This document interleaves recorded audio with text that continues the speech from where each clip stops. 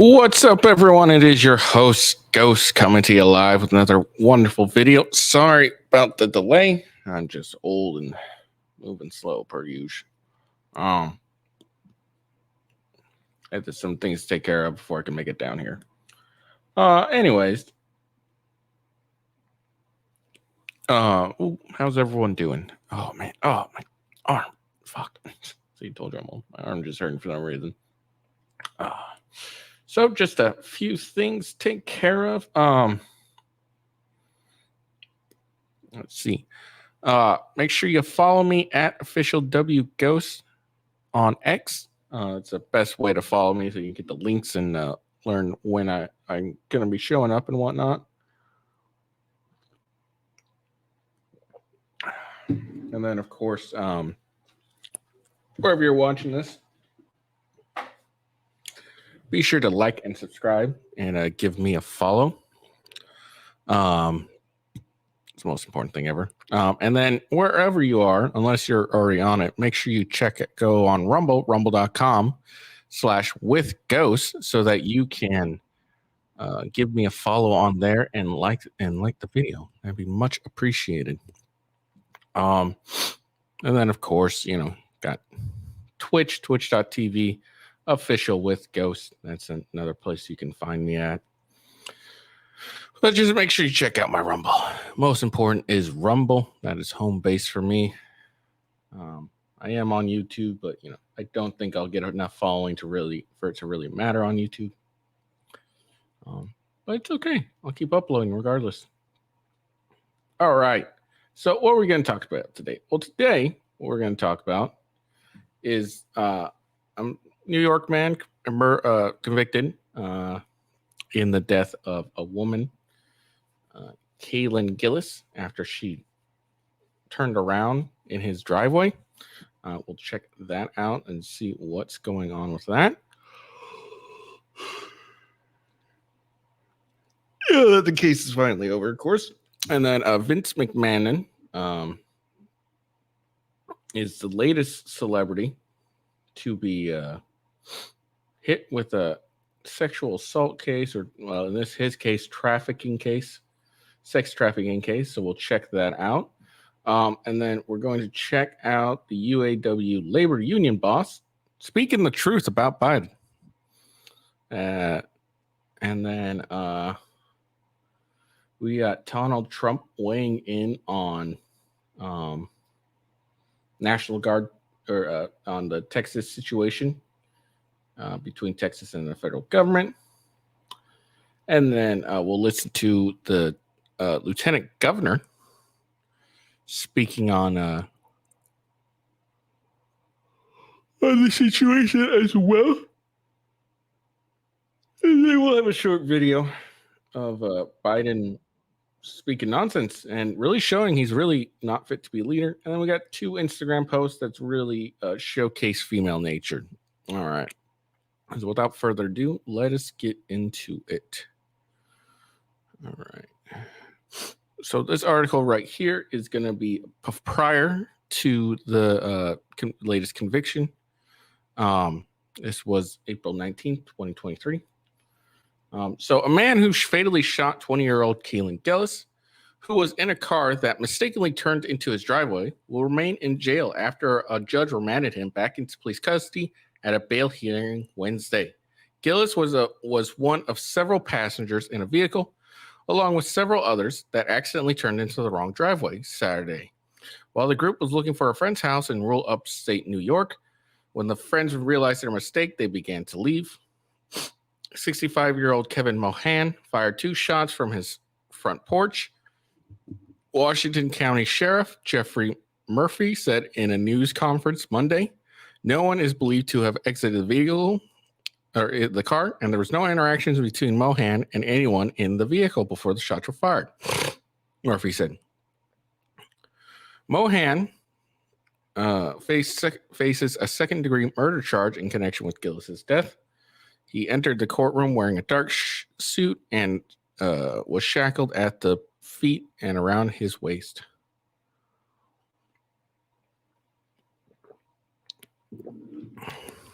Prosecutors argued the man's confrontational and compulsive nature or temperament should be taken into consideration and request Mohan be returned to police custody without bail.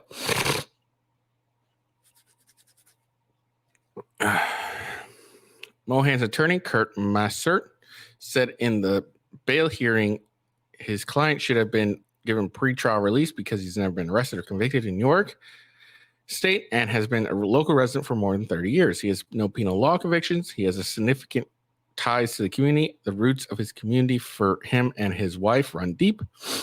The attorney has disputed the sheriff's description of events and has said that there were multiple vehicles revving their engine coming up Mohan's driveway at a high rate of speed. He said his client was remorseful and felt horrible that young girl's life was lost. The victim's father, Andy Gillis, called for justice on Wednesday and described his daughter as a smart, kind young woman who dreams of becoming a marine biologist or a veteran. For this man to sit on his porch and fire at a car with no threat it angers me so badly. I just hope to God that he died in jail. Gillis said after Mohan's bail hearing, Kaylin deserves justice. Kaylin's 2 younger sisters are going to have to grow up without their older sister, the father added through tears. My wife, Angel, is going to have to go through the rest of her life without her baby girl. In a previous statement, Gillis described her as a talented artist, an honor student, a Disney fanatic who loved who loved animals and was looking forward to starting college in Florida. About 2 rows in the courtroom were filled with Gillis's friends and families Wednesday. Blake Walsh, Gillis's boyfriend, was also there with his mother and was seen comforted by many people throughout the proceedings. On Tuesday night, Walsh told NBC in a phone interview he, Gillis, and 2 friends were looking for a party, adding 4 others friends were traveling in another vehicle and also went up the wrong driveway. We thought we were at the right address, Walsh told NBC. We didn't have any cell service to figure it out. As soon as we figured it out that we were at the wrong location, we started to leave, and that's when everything happened.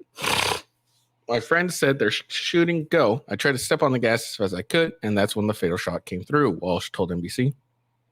I want to believe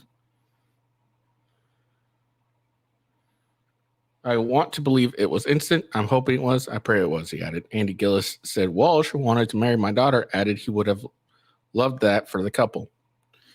So there we go. So that was prior to the conviction. Now he has been convicted, apparently.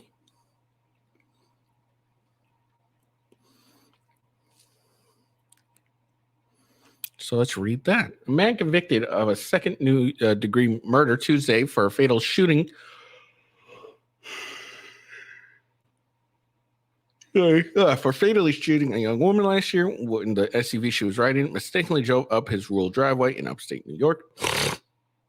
A jury found Kevin Mohan, 66, guilty of second-degree murder for shooting 20-year-old Kaylin Gillis on a Saturday night last April after she and her friends pulled into his long curved driveway near the Vermont border while they were trying to find another house. The group's caravan of 2 and a motorcycle began to leave once they realized their mistake. Authorities said Mohan came out to his porch and fired twice with his shotgun, with the second shot hitting Gillis in the neck as she sat in the front passenger seat of an SUV driven by her boyfriend. During the trial, Mohan and his attorney maintained the shooting in a rural town of Hebron, about 40 miles north of Albany, was an accident involving a defective gun. What? Okay, so you were able to carry your gun. Okay. You were able to get onto your porch. You were able to point it in the direction you were looking at. And then it just decided to go off. That really makes no sense to me, but okay. And apparently didn't make any sense to the jury either. Gillis, who was killed days after the shooting of 16-year-old Ralph Yarl, in Kansas, who was, what? What does this have to do with anything?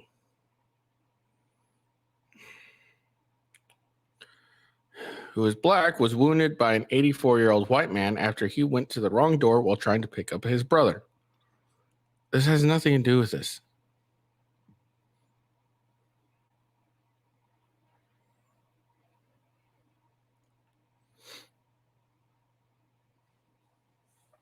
Look, this is a completely different situation than from the Ralph Yarl incident. It's completely different. First off, they were in his driveway. All right. They turned around. They left. That's when they got fired upon. The Ralph Yarl one, if I remember correctly, he was at the door of the guy and knocking to, and there could be an articulate reasoning that the knocking, I can't remember. I think I saw the video, and it could be argued that you get someone strange coming at your door, they're pounding on it, and you fire. That could, you could be reasonably fair. But this here is a completely separate incident. They didn't go up to his door at all. They were in his driveway, still in their vehicles, and they turned around and left, and were starting to leave when they got shot. It's a whole separate situation. So this whole Yarl thing is just stupid and is unnecessary.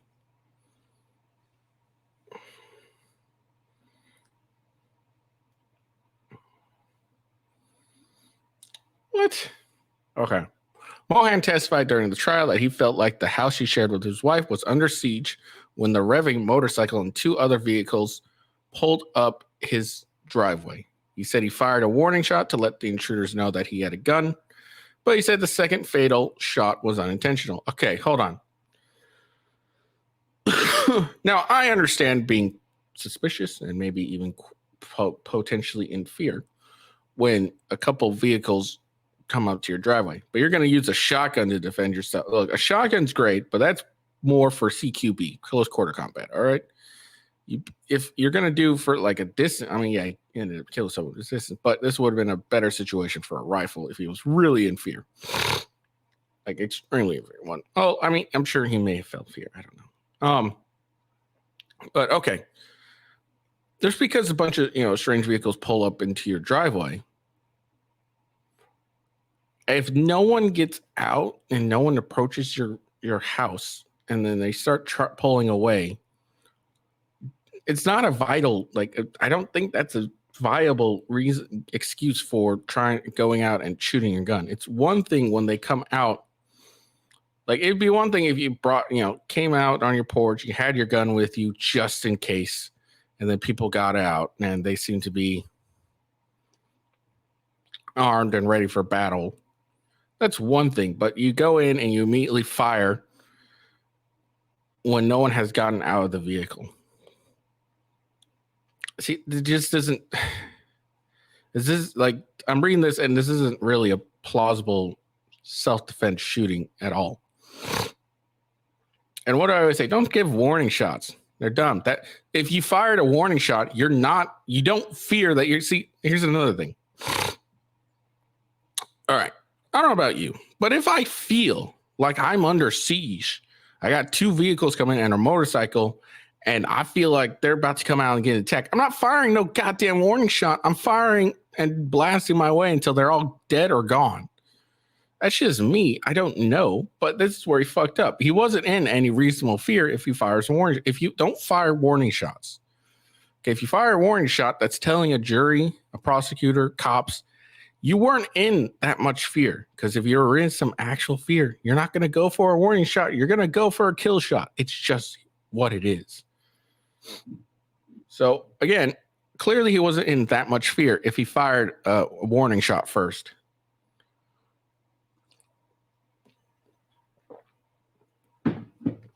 He said he tripped over nails sticking out up from his deck, lost his balance, and the shotgun struck the deck.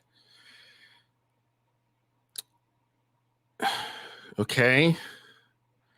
That he said he accidentally caused his gun to fire at the Ford Explorer carrying Gillis. All right. I'm trying to picture this. So I fire a shotgun like this. There we go. Okay. Now if I trip, yeah, I'll go like fall like this, or maybe I don't see how falling and landing would cause your gun to fire.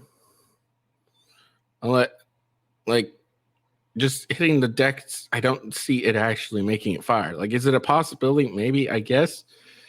It'd be another thing if it made him accidentally pull the trigger because he pulled the goddamn trigger when he fell, I guess. I don't know. I don't see it, but whatever. I didn't mean to shoot the second shot. Mohan testified last week. The gun went off. And again, that's not a self-defense. See, nothing here is like actually self-defense. Guess what? If you're second, like for self-defense, you have to have reasonable fear of death or severe bodily injury, and you also have to have the intent, the intent to fire. You have to intend to fire. You can't just say, "Oh, the gun just went off." That's not self-defense. That's an accidental discharge. So he fucked up in two ways. Well, yeah, 2 ways so far. So you can't claim self-defense if the gun just went off.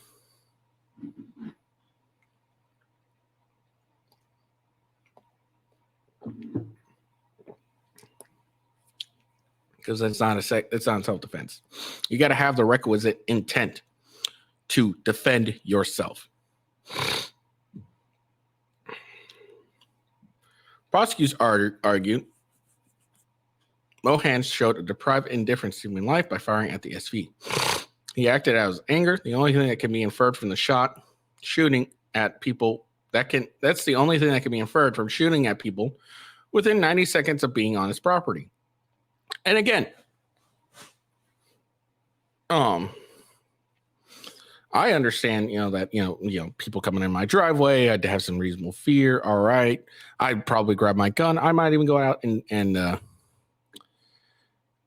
confront them and everything, but I'm not going to fire a goddamn warning shot. And if it looks like they're immediately turning around and leaving, or even if they're taking a couple seconds, like, oh, this is in the place. All right, let's get out of here. And, it takes a little bit, but they, and no one gets out.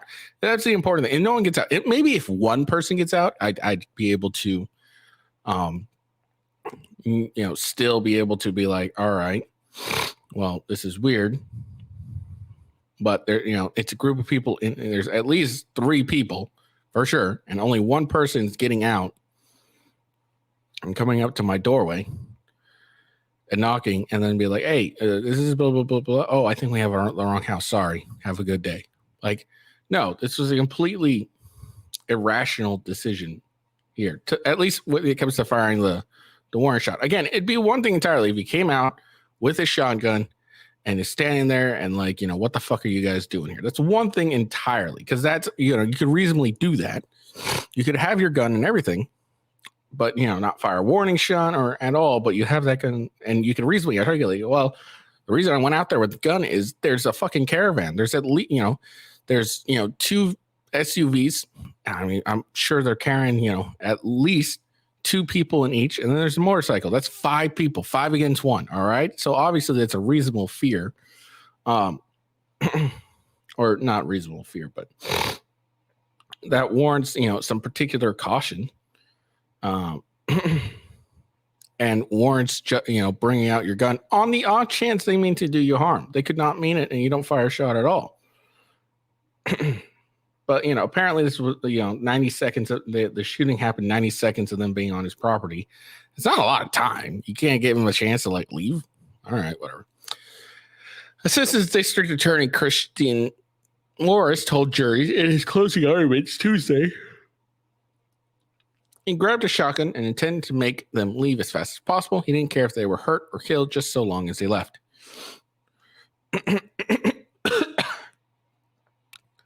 Prosecutors also presented evidence that Mohan claimed to have been sound asleep when police showed up to his house later that night. Gillis' father, Andrew Gillis, has described his daughter as someone loved and, the whole biology crap. So, yeah, whatever. So there you go. Yeah, that's again, it's a completely unjustified shooting. The mere fact that you're clearly not any reasonable fear.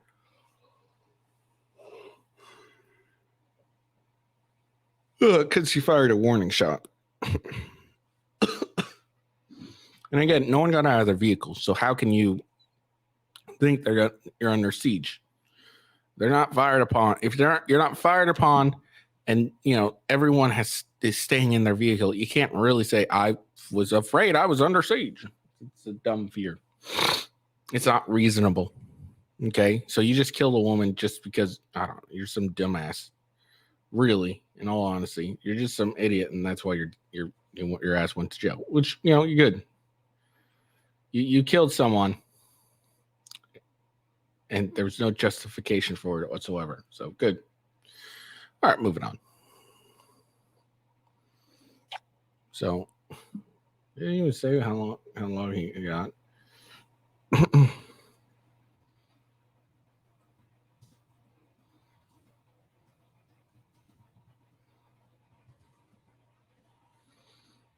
25. So it looks like 25 years to life is what the charge takes. So that's what his conviction could end up being. He hasn't been sentenced yet because there's always a sentencing later on. All right. So Vince McMahon has been accused of sex trafficking by a former WWE staffer. For a little background, this is Vince Kennedy McMahon.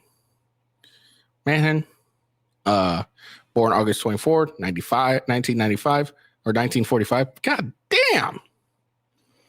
This guy old as shit. He looks good for an old guy. Not going to lie. 1945, fuck, World War II just ended. That's when he was born. Is an American businessman, media proprietor, sports executive, professional wrestling promoter. He's the co-founder of the modern WWE, the world's largest professional wrestling promotion.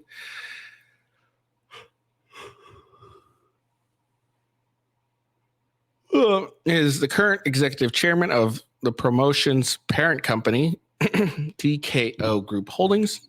Outside of the professional wrestling, McMahon has occasionally ventured into promoting other sports. Its most notable projects include World Bodybuilding Federation and XFL.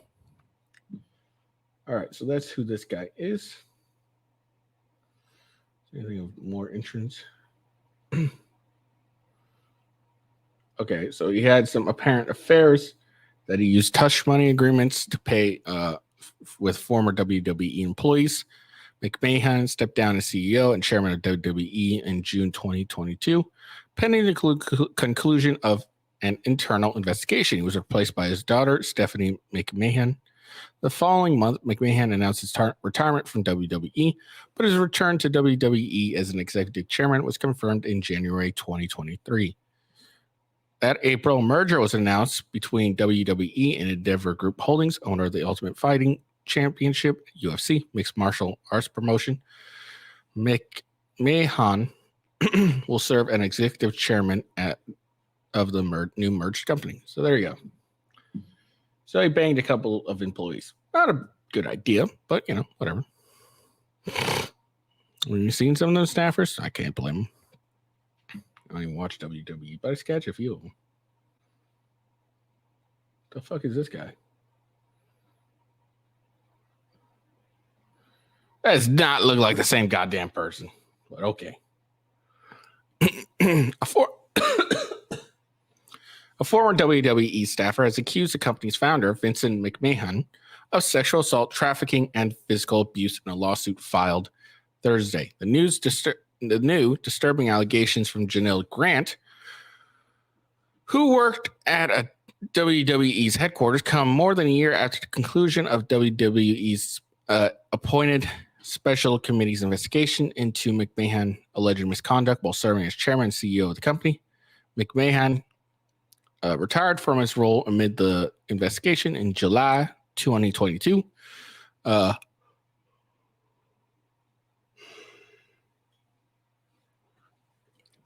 returned as chair of the WWE's parent company. In a lawsuit filed in Connecticut District Court, Grant alleged that McMahon promised a job and later promotions at WWE in exchange for sex. Okay. Well, I don't see any of that as sexual assault, trafficking, or physical abuse, but we'll see. Grant's lawsuit also include allegations that McMahon trafficked her to other men inside and outside the company. Okay, that would be traffic, I guess, including John Laurinaitis, a former wrestler who worked in the company's talent relations department, who is also named as a defendant in the lawsuit. The Wall Street Journal was first to report the lawsuit. At the end of her employment and their sexual relationship, McMahon alleged pressured Grant into signing a non-disclosure agreement in exchange for payments over several years, totaling $3 million, according to the lawsuit. In a statement, WWE's parent company, TKO Group Holdings, said McMahon does not control TKO or oversees day-to-day operations at WWE, led by McMahon. WWE and UFC, a mixed martial arts entertainment group, announced in April 2023 that they would combine to form TKO. While this matter predates our TKO executives' team's tenure at the company, we take Ms. Grant's horrific allegations very seriously. Why? And address this matter internally, TKO spokesperson said. In a statement to Deadline, a spokesperson for McMahon said the lawsuit was repellent with lies, obscene made-up incidents that never occurred, and a vindictive distortion of the truth.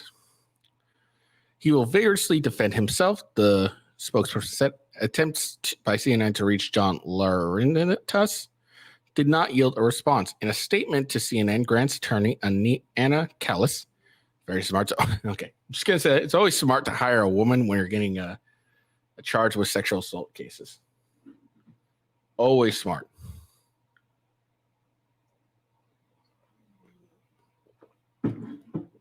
In a statement to CNN, Grant's attorney, Ann Callis, said Thursday's lawsuit sought to hold accountable two WWE executives who sexually assaulted.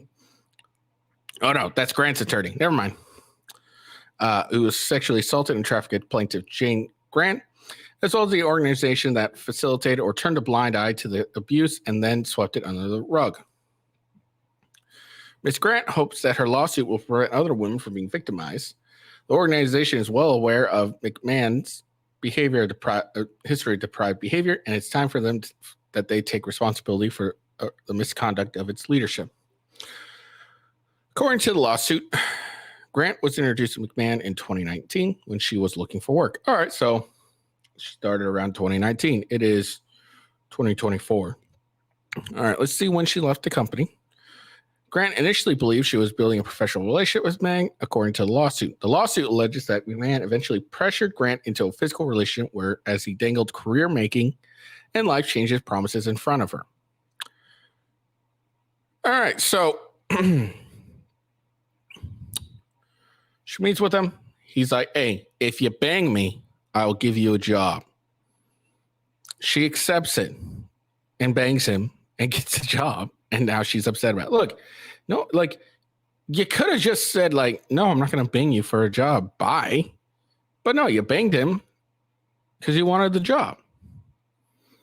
Okay, you made a choice. It's a pretty dumb choice, in my opinion. I don't care what you say. I'm not banging someone. I'm not going to have sex with someone to get a job.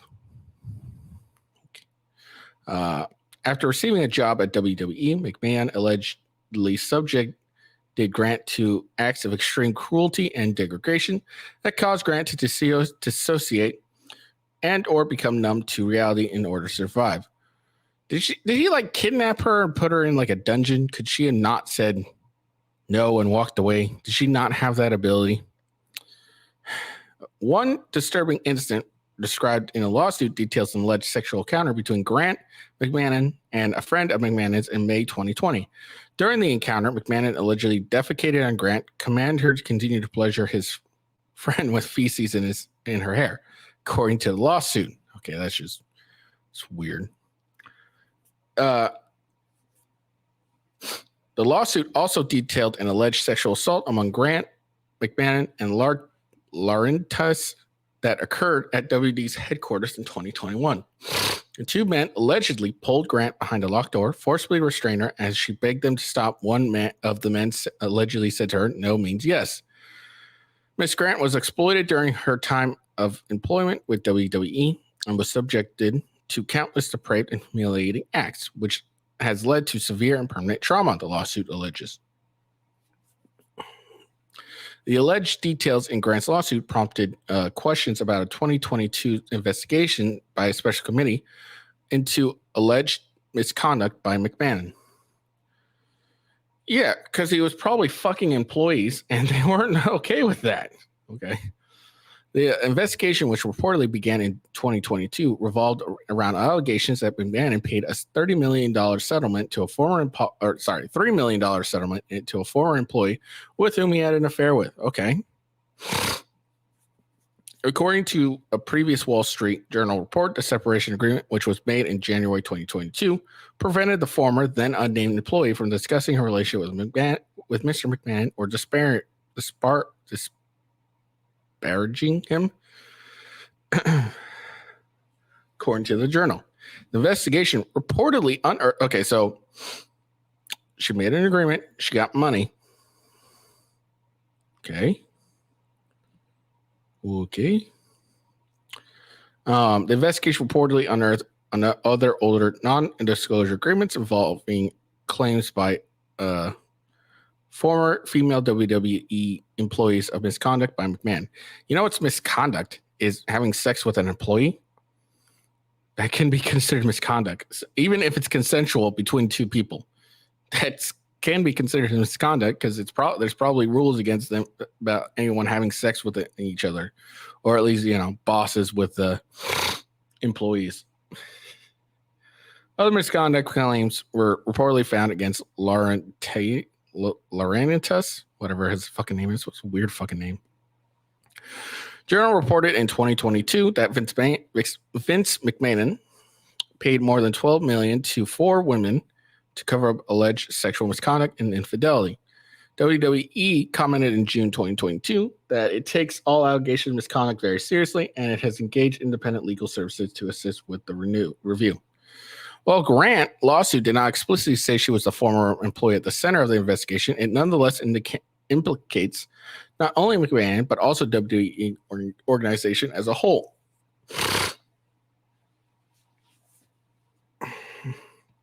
Her lawsuit alleges that WWE knew about Grant's relationship with McMahon, but that the company actively sought to conceal any wrongdoing.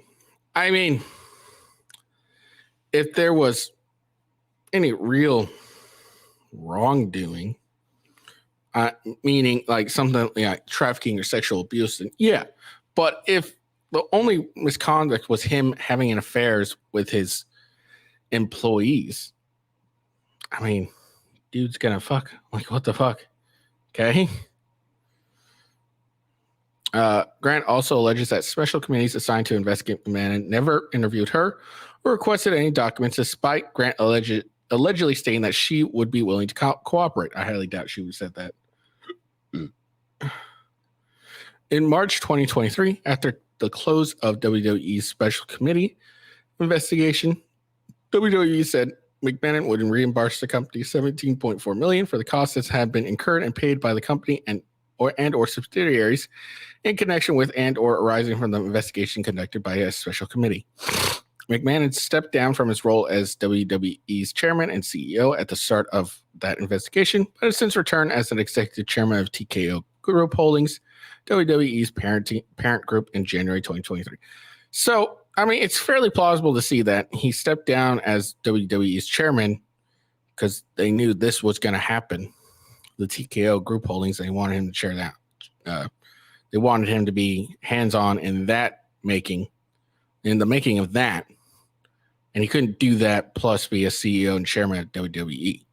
So it's fairly plausible that it had nothing to do with the investigation, just the fact that they were going to open this thing up.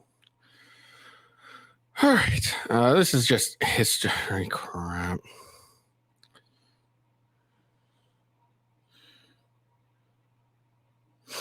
Okay. So let me just... So it sounds like if this was her, that this all, like, she left employment 2022.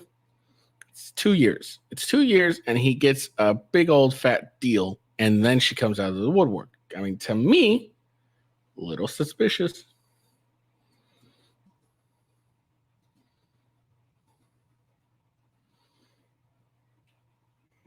Let's see.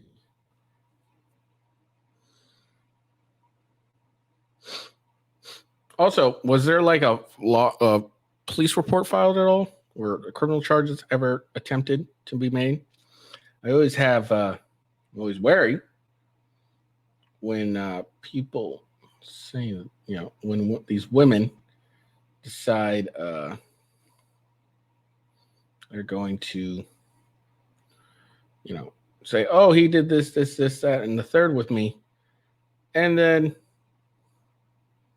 oh, I don't like what happened, so I'm going to sue you now. I don't agree with, I don't find it fairly credible personally. Just me personally.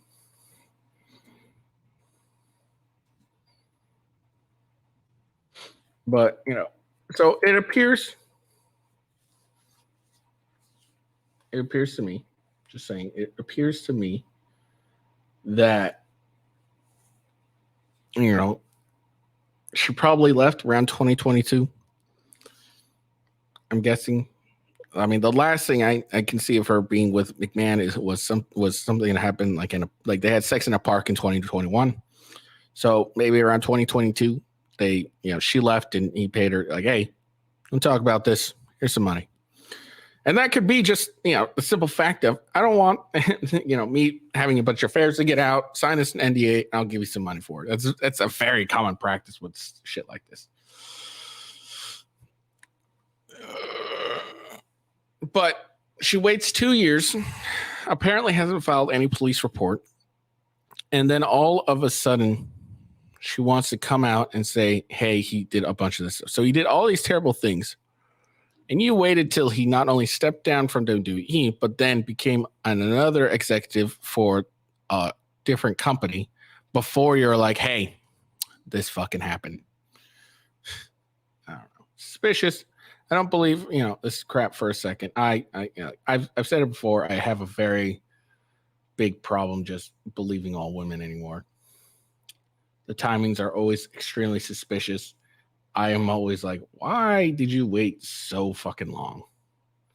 That's all I want to know. Why'd you wait so long? This was if it was doing all this, I can understand maybe being in the moment, not really being able to sit, feel like you could do anything. But once you get out, you don't say shit. Okay. That's why I don't believe these chicks that go on like these podcasts and say, oh, I was, sexually assaulted when I was young. Okay, so you weren't comfortable going to the police and telling them, but you're completely comfortable to go on and blast it live on television. Okay, sure. So, I mean, we'll check this out as the story develops. I wouldn't be surprised if this turns out to be a nothing burger. This will very well result in a settlement, and the settlement doesn't even necessarily mean that he's like, yeah, I did this thing. It's more of a, I really don't want to deal with this. The courts are ridiculous. The burden of proof of being charged with it is so low, it's 51%, that it's not worth my time to try and continue fighting this. I'm just going to pay her to leave me the fuck alone. Very well might what happened. All right, moving on. There we go.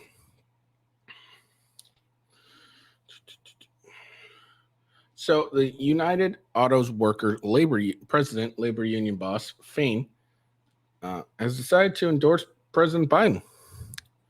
See what he has to say. Thousands of auto workers' families were left out in the street. It was our members and our retirees who sacrificed everything to save the auto industry.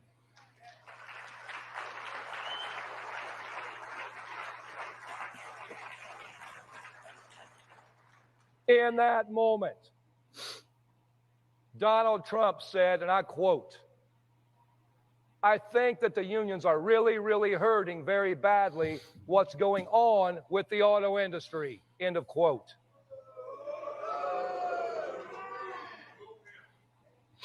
Boo Joe him. Biden, having helped save the auto industry, said the nation bet on the American auto workers and won.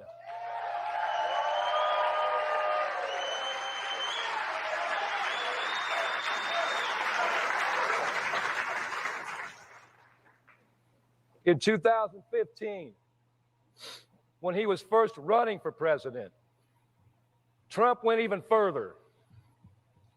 He said the concessions we took weren't enough. He wanted to do a rotation in the auto industry of the jobs in Michigan and the Midwest, so union auto workers would be begging for their jobs back at lower pay. He wanted to put the race to the bottom on steroids to screw the American working class.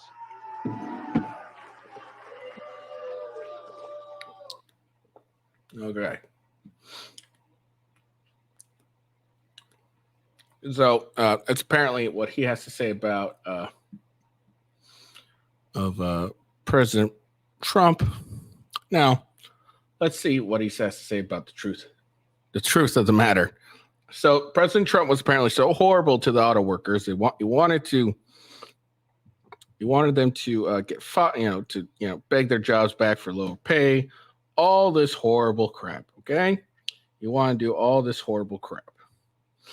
Now let's see what the auto worker had to say about it.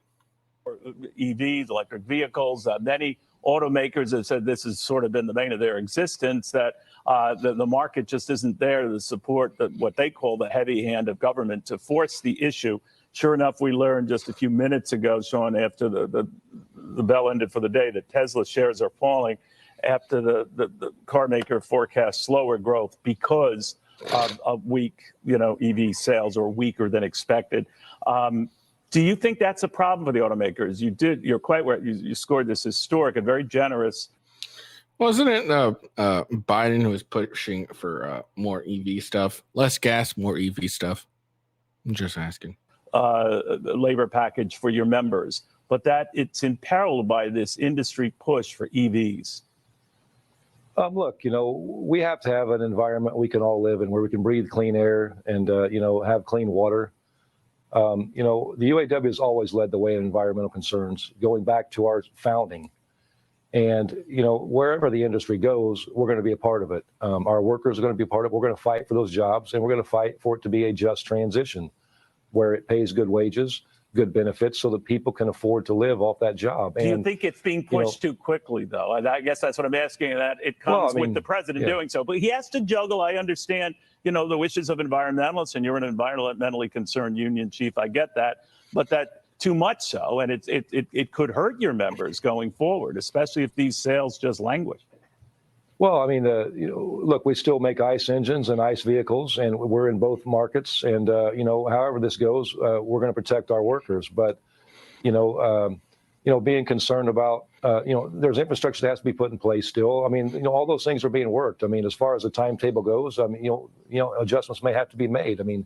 Businesses always make adjustments when they launch new plants or create new businesses. They have a deadline target, and a lot of times those get moved. So, it's just going to be a matter of how things develop and how the market goes. There's always a dichotomy. The union membership in the past was very strong for Ronald Reagan in both elections. George Bush Sr. benefited from the union vote. Many of your own members now, Sean, are very big Trump supporters. I don't know the breakdown, you know that part better than I, but that a good many of them are at Trump rallies and are MAGA enthusiasts. How do you feel about that? Look, it's what makes this country, you know, a beacon for other countries. You know, it's democracy in action. Look, let me be clear about this. A great majority of our members will not vote for President Biden. Yes, some will. But that's the reality of this. The majority of our members are going to vote their paychecks. They're going to vote for an economy that works for them, and they're going to vote for a president. When you look at these two presidents, the choice is very clear about which one stands up with the working class and stands up for labor, and which one stands for the billionaire class, and that's his base. We shall watch very closely. Okay. So a great majority of our members will not vote for President Biden. The majority of our members are going to vote their paychecks. Okay, dude. Doing all this. Trump was so bad. So bad. So terrible. But our members are definitely going to vote for him. It was so bad for us, but our members are definitely going to vote for him. Okay, bro. All right. So Trump has weighed in on the border and the whole border, Texas versus the Fed things. And this is what he has to say. Trump calls for all willing states to deploy National Guards to the Texas border and start the deportation. Former President Trump posted to his Truth Social account that he was encouraging all willing states to deploy their National Guard to Texas to prevent entry of illegal immigrants. Trump made the calls to do so after Texas Governor Greg Abbott declared an invasion and invoked Texas's right to self-defense in the first article of the Constitution. At least 14 states have signaled supporting Texas in its efforts. In the post, Trump touting his record on immigration. When I was president, we had the most secure border in history. And Joe Biden has surrendered our border and is aiding and abetting a massive invasion of millions of illegal migrants, into the United States. Trump wrote that Texas Governor Greg Abbott has hands tied by the Biden administration with regards to the border. I will work hand in hand with Governor Abbott and other border states to stop the invasion, seal the border, and rapidly begin the largest domestic deportation operation in history. The post-millennial editor-in-chief Libby appeared on Newsmax to speak about the issue. Democrats want to tie the security of the U.S. border to fund war in Ukraine, which is absolutely a ridiculous concept. We need to stop. Fucking hell. What we need to see is a stop to illegal immigration. We need to put a stop to border infiltration. This is an invasion. Anyone who came into here illegally since 2021 was given a court date some 5 years into the future to determine, as DHS said, they likely will not be eligible for asylum or refugee status, should simply be deported, Edmonton concluded. Seems like something has got cut out here, but okay.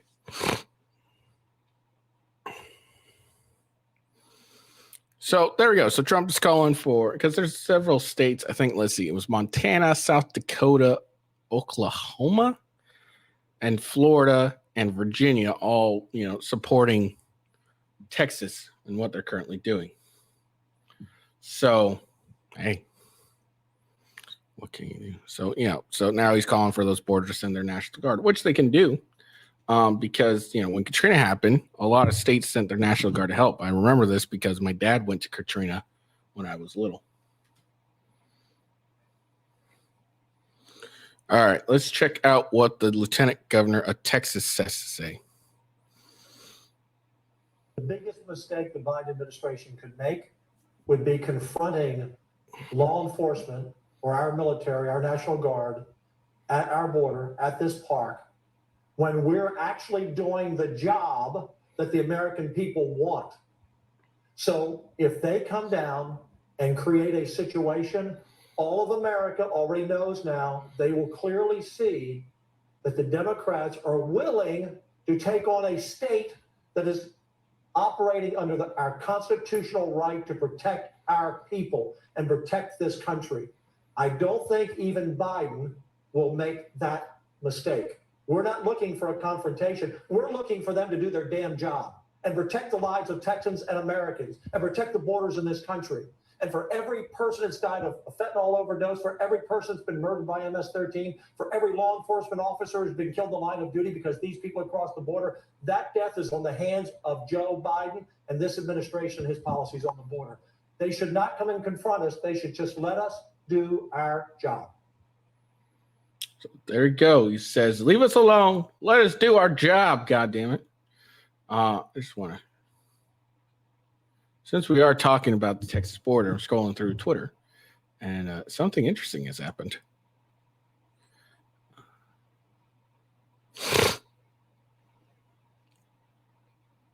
Oops.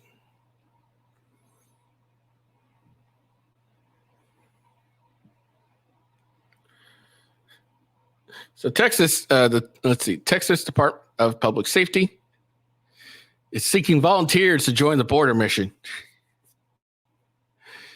So the Texas military has a new full-time position available for the Texas Military Department. Full positions open for Operation Lone Star Border Support Mission. The positions offered an array of benefits, including lodging and per diem of $55 per day. Volunteers must be medically and administrative deployable and military members of the Texas Military Department. Fill out the form below. Contact your readiness NCO. So I guess if you're already in the military, this is what you're for. It's funny. Texas is ready. They're getting ready. All right. Hey.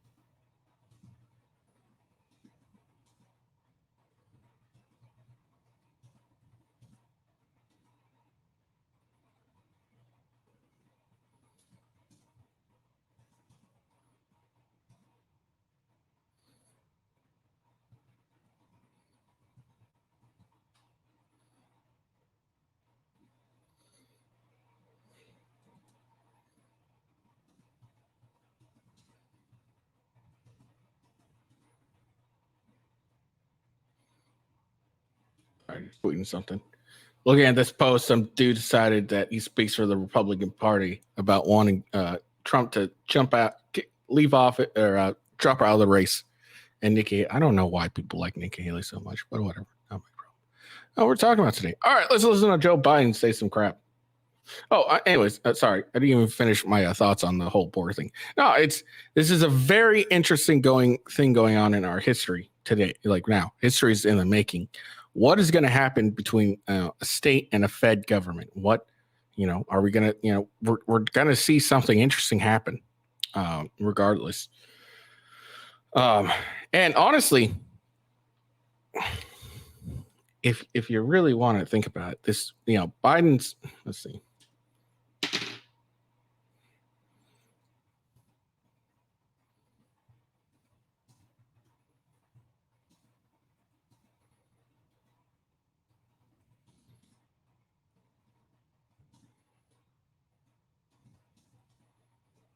trying to see if I can find a poll.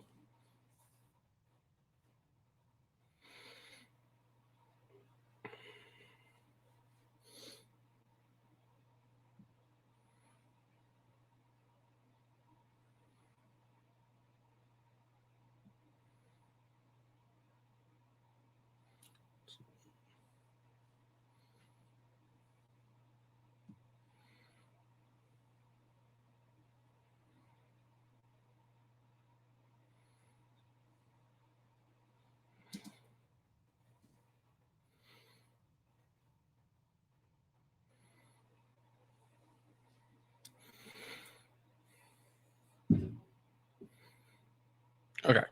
So we're going to talk about this for a little bit longer, just real quick. Just found this quick poll on, so was it CBS?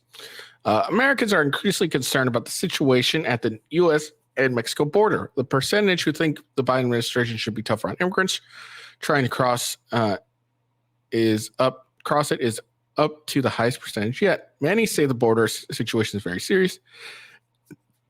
And nearly half now says it's a crisis, up from May, a change in sentiment driven primarily by Democrats and independents. As a result, Biden's approval on handling the U.S.-Mexico border has also dropped. His approval on handling immigration in general is at an all-time low, and though it hasn't dragged down his overall approval ratings. His approval ratings aren't that high to begin with, but let's be honest. Support for transporting migrants to northern cities have also dipped among Democrats and Republicans, and now most Americans disapprove of the practice. All right, so September and now should be tougher was in September 55%. Now it's 63. Should be easier was at 19 in September. 16 now. Handling things right was at 26. Now at 21. Situation at the U.S. border is 45% say a crisis, 30% say very serious, 18% says somewhat serious, 17% say not much of a problem. Percentage saying situation at the U.S.-Mexico border is a crisis, 38 in May, 45% now. Handling U.S.-Mexico border. Joe Biden's approval was at 32, disapproval was at 68. Congressional Republicans were at 35, and their disapproval was at 65. So, let's see. Okay, border states sending migrants to northern states. May was the approval was 50%. Now it's 53. Disapproval is at 50% in May, and it now is at 57%. Well, yeah, because now people are actually getting fucking affected by this shit.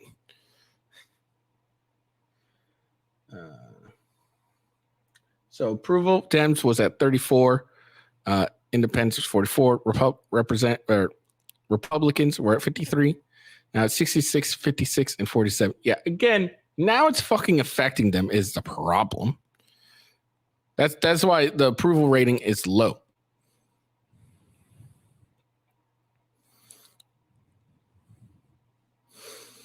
Let's see. Just looking through the various polls. So as you can see, the poll numbers aren't great for Biden. They're really not. And even the American people are seeing that. Oh, these are among Republicans. So that's not, I'm trying not to just do solely Republican crap. But yeah, as we can see, Biden's approval ratings on the border is in an all-time low. And this is going to hurt his re-election campaign. Because, Trump's going to just be like, you want 4 more years of this crap where more people are invading our country, crossing the border illegally, and the Biden administration is just trying to muscle in and, harm the states into doing what he wants them to do. Sorry.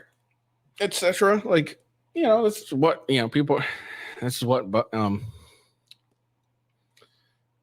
this is what's going on. They're like, this is just free. This is easy advertising for Trump. That's what we're going to see here. And, that is what it is. What can you do?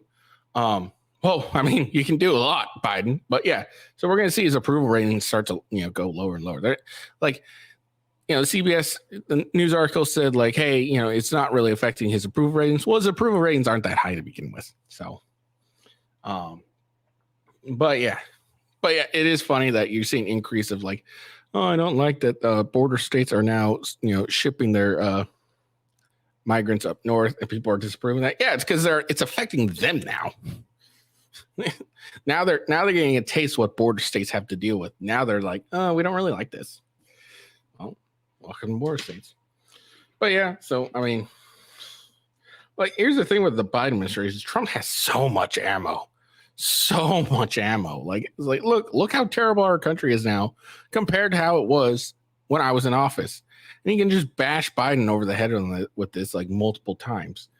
And what does Biden have? Oh, well, he has 97 felony charges. Okay. Most, if not all, of those charges, a majority of people think are bogus. So that actually helps him. That's why he didn't have to go to a single fucking debate. And he still was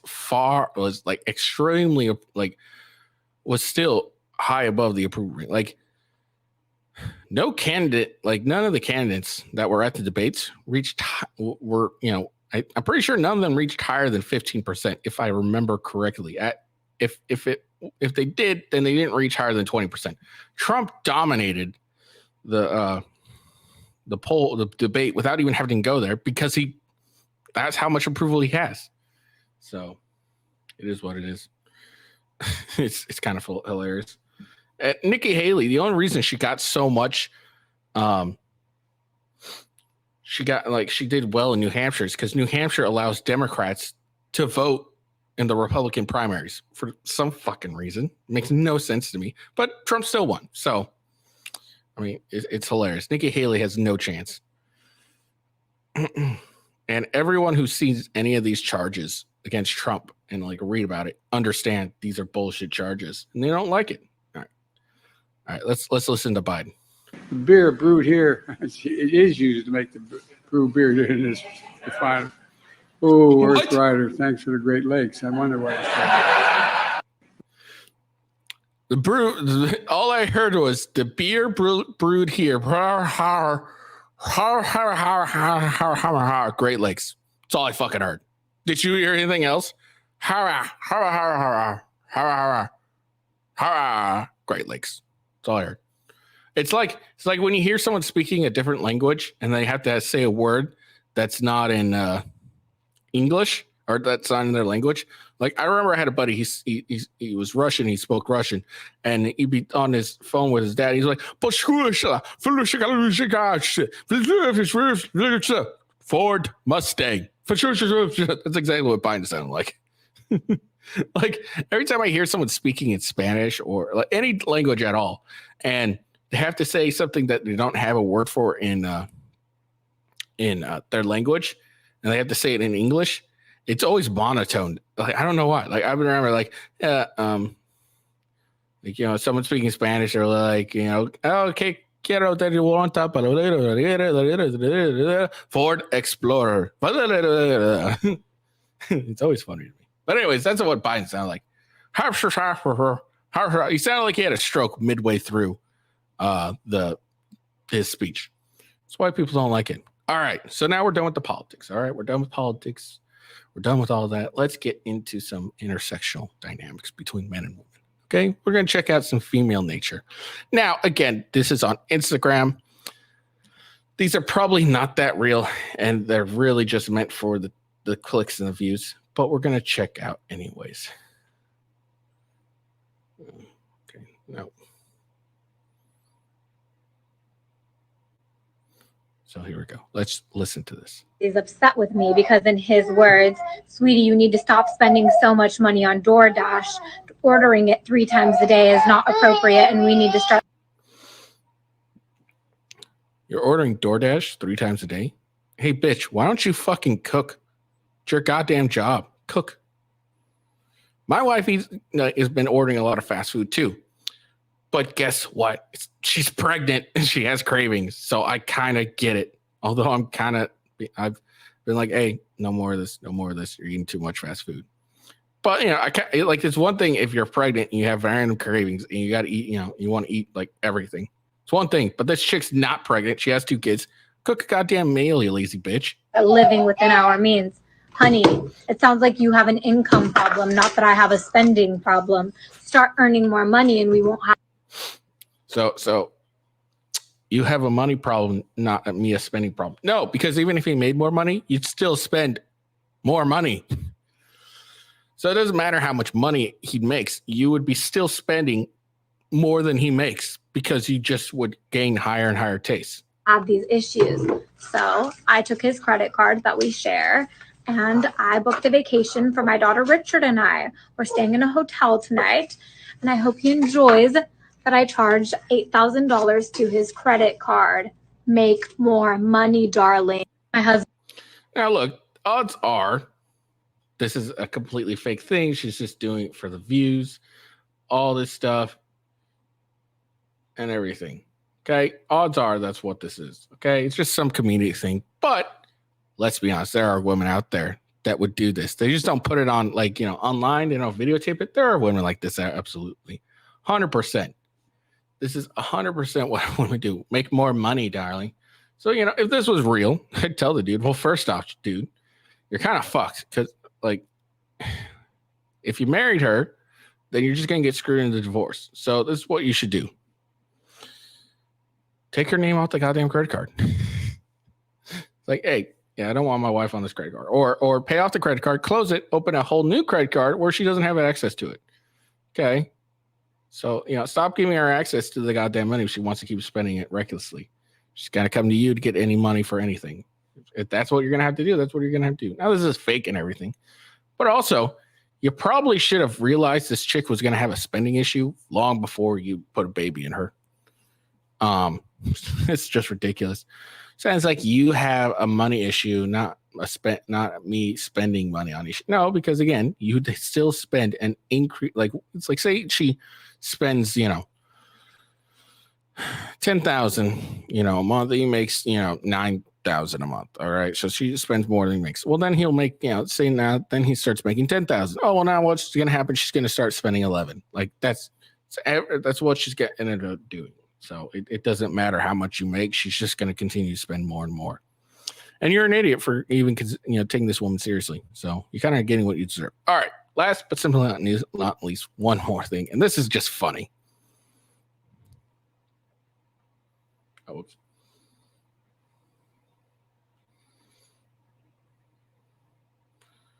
Hold on. Got to restart it. All right.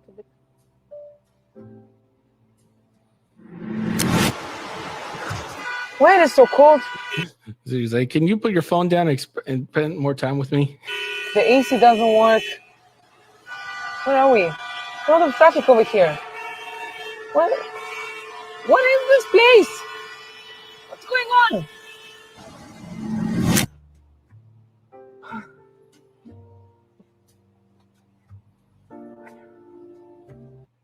Can you pay attention? Yeah. So, there's a good amount of women that don't appreciate the hard work that men in their lives do. Oh, pay attention. Look, if you're going to be with a highly successful man, he's not going to have that much time for you. He's going to be busy. He's going to be working all the time. And guess what? You're going to get to enjoy the fruits of his labor, and you don't have to do shit.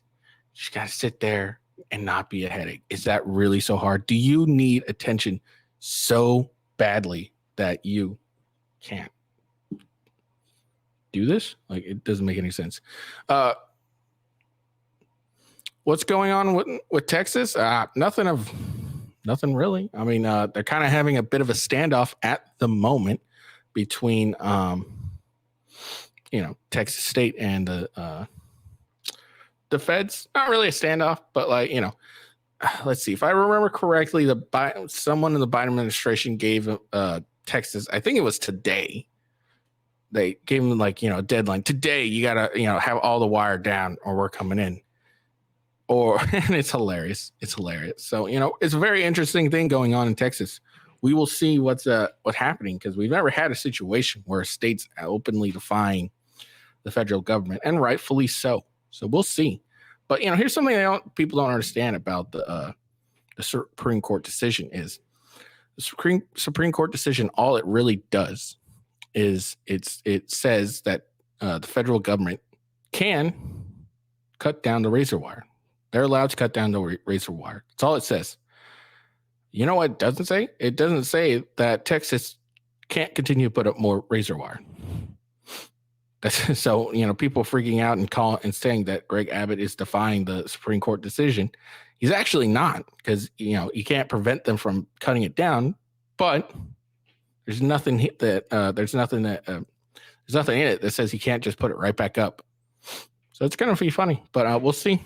It's a very, there's a lot of interesting legal things that are going on now with, Trump and Texas and everything like that.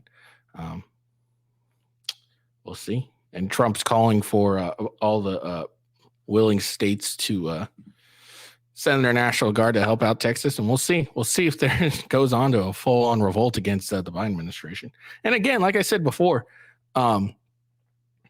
this is going to be great ad revenue for Trump, because he's just going to beat Biden over the head with all this crap. Like, look at the border. Look how bad the border is. So bad. Texas, the state of Texas, is now having to fight the federal government just so they could secure our border. That's how bad the border is. And what does Biden got against Trump? Oh, well, he has 91 felony charges. Yeah, but in Georgia, it looks like there's some ethic issues that are going on there.